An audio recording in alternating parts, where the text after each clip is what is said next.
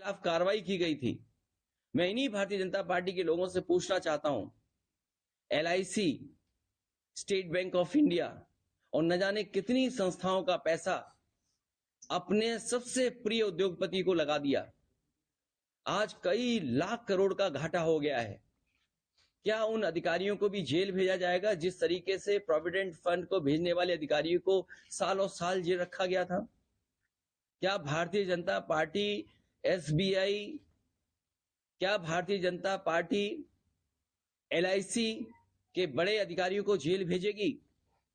क्योंकि उत्तर प्रदेश में एक उदाहरण है कि अगर आपने किसी प्राइवेट कंपनी में इन्वेस्ट कर दिया है सरकार का पैसा और वो प्राइवेट कंपनी अगर भाग गई है तो उस समय के अधिकारियों ने जिन्होंने फैसला लिया उनके खिलाफ कार्रवाई हुई, जेल भेज दिया गया।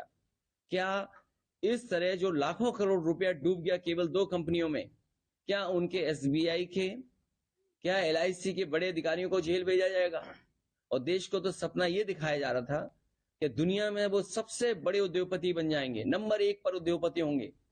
लेकिन आज जब सूची देखते हैं तो 20 की सूची में भी वो नाम नहीं आ रहा है। आखिरकार कितना झूठ बोलेगी ये सरकार? उनकी तो वैल्यूएशन गई है, लेकिन जिन लोगों ने पैसा इन्वेस्ट किया था उन आम लोगों का पैसा चला गया। और ये सरकार कहती है कि हम इन्वेस्टमेंट लाएंगे। जिन कंपनियों ने MOU किया है, क्या इन्वेस्टमेंट आएगा? और लखनऊ में जो तैयारी हो रही है इन्वेस्टमेंट की, कम से कम सरकार ये बताए कि पिछली बार इन्वेस्टमेंट कितना आया था जब पहले बार MOU हुए थे। मुख्यमंत्री जी तो कह रहे हैं 75% वो जमीन पर ले आए। मुरादाबाद में बताओ कोई बड़ा कारखाना लगा हो सरकार की तरफ से, अमरोहा में कोई बड़ा कारखाना लगा हो सरकार की तरफ से, रामपुर में बड़ा कोई कारखाना लगा हो सरकार की तरफ से, या सरकार के प्रयासों से बरेली में कोई कारखाना ना लगा हो। जब इन जिलों में और हम आसपास के जिलों में उत्तर प्रदेश में देखते हैं कि कहीं भी कोई बड़ा इन्वेस्टमेंट नहीं आया है, तो हम कैसे मान लें कि जो MOU हो रहे हैं वो सच MOU हो रहे हैं? और सच्चाई तो ये है कि भारतीय जनता पार्टी के लोग कागज लेकर के घूमते हैं और कहीं कोई अगर टाई पहने और सूट पहने दिख जाए उससे MOU कर लेते हैं। 5 लाख करोड़ का तो जमीन पे पहुंचा नहीं, अब तैयारी है न जाने कितने लाख करोड़ की, तो क्या जमीन पर पहुंचेगा? ये भारतीय जनता पार्टी जनता को धोखा दे रही है। जिस तरीके से नंबर 1 पे उद्योगपति पहुंचाने का सपना दिखाया था, वो पता नहीं उद्योगपति कहां पहुंचेंगे। और अभी तो शेयर गिर रहे हैं, पूरी सरकार लगी है बचाने में, पूरा तंत्र लगा हुआ है बचाने में, पूरी फाइनेंशियल इंस्टीट्यूशंस लगी है बचाने में। तो सोचिए, जब एक उद्योगपति के साथ इतनी इंस्टीट्यूशंस हों वो नहीं बच पा रहा है, तो और आम व्यापारी उद्योगपतियों का क्या होगा? जब देश का इतना बड़ा उद्योगपति डूब रहा है तो उस इन्वेस्टमेंट के बहाने उत्तर प्रदेश में कौन इन्वेस्टमेंट करने आएगा? सर, जो बड़े उद्योगपति हैं, क्या आप चाहते हैं कि जो ये सब हुआ है, शेयर गिरे हैं और जो आरोप लग रहे हैं, क्या आप चाहते हैं कि उनके खिलाफ जांच हो इस तरह के फंड के? देखिए, उत्तर प्रदेश सरकार ने एक उदाहरण दिया था और बीजेपी की सरकार का एक उदाहरण है कि जिस तरीके से सरकार के कर्मचारियों का प्रोविडेंट फंड DHFL कंपनी में इन्वेस्ट किया था और ये सोच करके कि ये DHFL से ज्यादा मुनाफा मिलेगा उन्हें, लेकिन वो कंपनी फेल हो गई और इस पर जांच हुई। उस समय के जिन अधिकारियों ने DHFL में पैसा इन्वेस्ट किया था उन्हें जेल भेज दिया गया था, सालों साल जेल रहे। क्या उसी तरह का मामला भारत सरकार में नहीं दिखाई दे रहा है? सरकार दोनों एक है, कानून 2 के लिए अलग अलग नहीं हो सकता है। इसीलिए हमारी मांग है कि अगर उत्तर प्रदेश में जेल भेजा जा सकता है अधिकारियों को जिन्होंने फैसला लिया, तो क्या उस जगह पर जो लोग बैठे हैं वो जेल भेजे जाएंगे कि नहीं जाएंगे? यहाँ तो 1200 करोड़ का मामला था, ये तो 2 कंपनियों का 1 लाख करोड़ का मामला है। तो जो बिजनेसमैन है और जो पॉलिटिकल रिलेशन है या ऑफिसर्स के साथ उनके रिलेशन है, आप चाहते हैं कि उनकी जांच हो? अरे भाई, क्या बोल रहा हूँ, क्या समझ पा रहे हो आप? अपना भी परिचय दे दो हमें। मैं ABP न्यूज से हूँ, मैं जानना चाह रहा हूँ जिस बड़े बिजनेसमैन का आप जिक्र कर रहे हैं। अरे भाई, मैंने क्या कहा आपसे? उत्तर प्रदेश ने उदाहरण दिया, DHFL कंपनी में 1200 करोड़ प्रोविडेंट फंड का इन्वेस्ट हुआ बिजली विभाग का कर्मचारियों का। क्यों DHFL डूब गई? उन्होंने एक अधिकारी को जेल भेज दिया, कई लोगों पे कार्रवाई हुई, ED हुई, CBI हुई। तो मैं ये जानना चाहता हूं, जब उदाहरण उत्तर प्रदेश ने दिया है तो SBI के बड़े अधिकारी, LIC के बड़े अधिकारी जेल जाएंगे कि नहीं जाएंगे? और फिर भारतीय जनता पार्टी तो ये सपना दिखा रही थी कि ये उद्योगपति दुनिया में नंबर 1 होंगे, ये जो सपना दिखाया उनका तो वैल्यूएशन गया है, लेकिन न जाने कितने आम लोगों का पैसा डूब गया। और तब जब सभी फाइनेंशियल इंस्टीट्यूशंस उसको बचाने में लगी है, सरकार बचाने में लगी है, तब वो उद्योगपति नहीं बच पा रहे।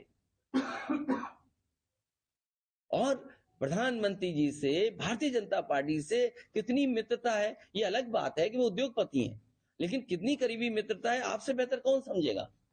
और नहीं मानते, कोई एनडीटीवी का पत्रकार होगा, वो बेहतर समझता होगा। यहाँ पर एनडीटीवी का उन्होंने खरीद लिया। अरे ये बात तुम क्यों नहीं कहते हो यार, जोर से कहो ना, बात जाए यहाँ से अंदर तक। जी कल एमएलसी चुनाव के रिजल्ट आए, अरे बीजेपी बेईमान पार्टी है, अब बेईमान पार्टी से क्या उम्मीद करोगे। अब अधिकारी चुनाव लड़ेंगे। आपने रामपुर का लोकसभा का चुनाव नहीं देखा? रामपुर में वोट निकलने नहीं दिया पुलिस लगा करके। ये लोकतंत्र में कभी चुनाव ऐसे होते हैं? इलेक्शन कमीशन की तो जिम्मेदारी ये है कि ज्यादा से ज्यादा लोग घर से निकलें और वोट डालें।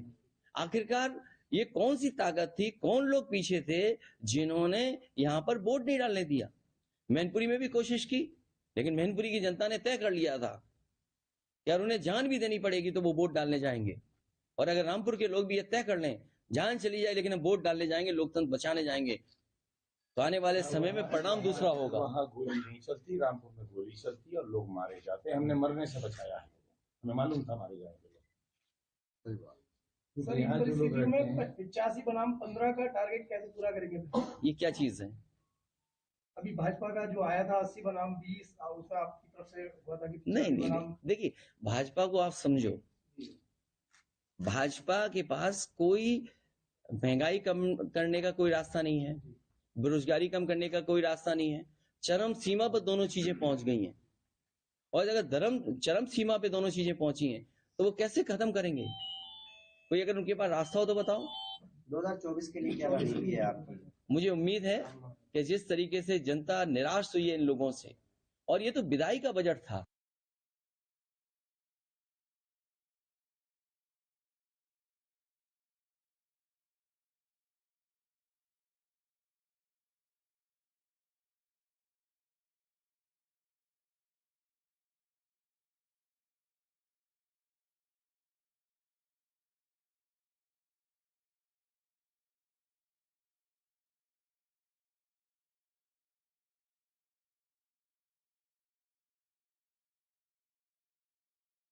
वो परिस्थितियां आप बेहतर समझते होंगे।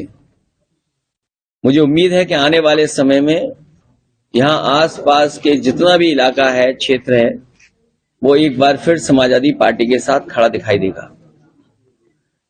जब से बीजेपी की सरकार आई है, अन्याय लगातार बढ़ता जा रहा है और अन्याय चरम सीमा पर है।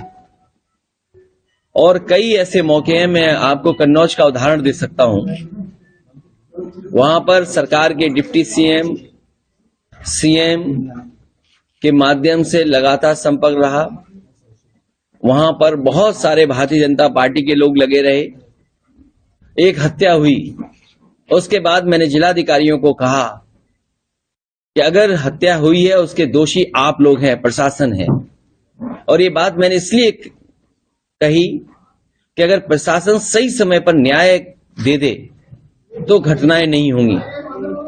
प्रशासन पूरा भारतीय जनता पार्टी के इशारे पे काम कर रहा है और कई जिलों में भारतीय जनता पार्टी का पदाधिकारी बन के काम कर रहे हैं। वो रामपुर हमारे बगल में आदरणीय आजम खान साहब बैठे हैं, इन पे सब झूठे मुकदमे लगे हैं। इतनी परेशानी, तकलीफ और इस तरह का अन्याय किसी भी राजनीतिक परिवार के साथ नहीं हुआ होगा जितना इनके साथ हुआ है। आज जब मैं आपसे मिल रहा हूं, बात कर रहा हूं, सुबह सुबह मेरे घर पर एक परिवार आया और रोता हुआ आया कि रात में उनके परिवार, एक समाजवादी पार्टी के पूर्व में रहे प्रत्याशी, उसको उठा लिया है पुलिस ने। मैं लखनऊ से चल करके बरेली, बरेली से चल करके रामपुर, और रामपुर से मुरादाबाद तक मैं फोन मिलाता रहा हूं, लेकिन अभी तक पुलिस कप्तान का फोन नहीं उठा। सोचिए, अगर पुलिस के अधिकारी भारतीय जनता पार्टी के पदाधिकारी बन जाएंगे, उनसे क्या न्याय की उम्मीद करेंगे आप? और ये एक घटना नहीं है। झांसी में दीपक यादव जो घटना में नहीं था, कहीं मौजूद नहीं था, CDR में कहीं नहीं। आजकल तो इतना कुछ है, साइंटिफिकली आप टेक्नोलॉजी से प्रूव कर सकते हैं कौन कहां किस समय था। वो मौके पे नहीं, उसको जेल भेज दिया। ईडी, CBI, जितनी भी संस्थाएं वो सब पीछे लगा दी। रमाकांत यादव, मैं कितने नाम लूं जो समाजवादी पार्टी के लोगों पर झूठे मुकदमे लगे हैं।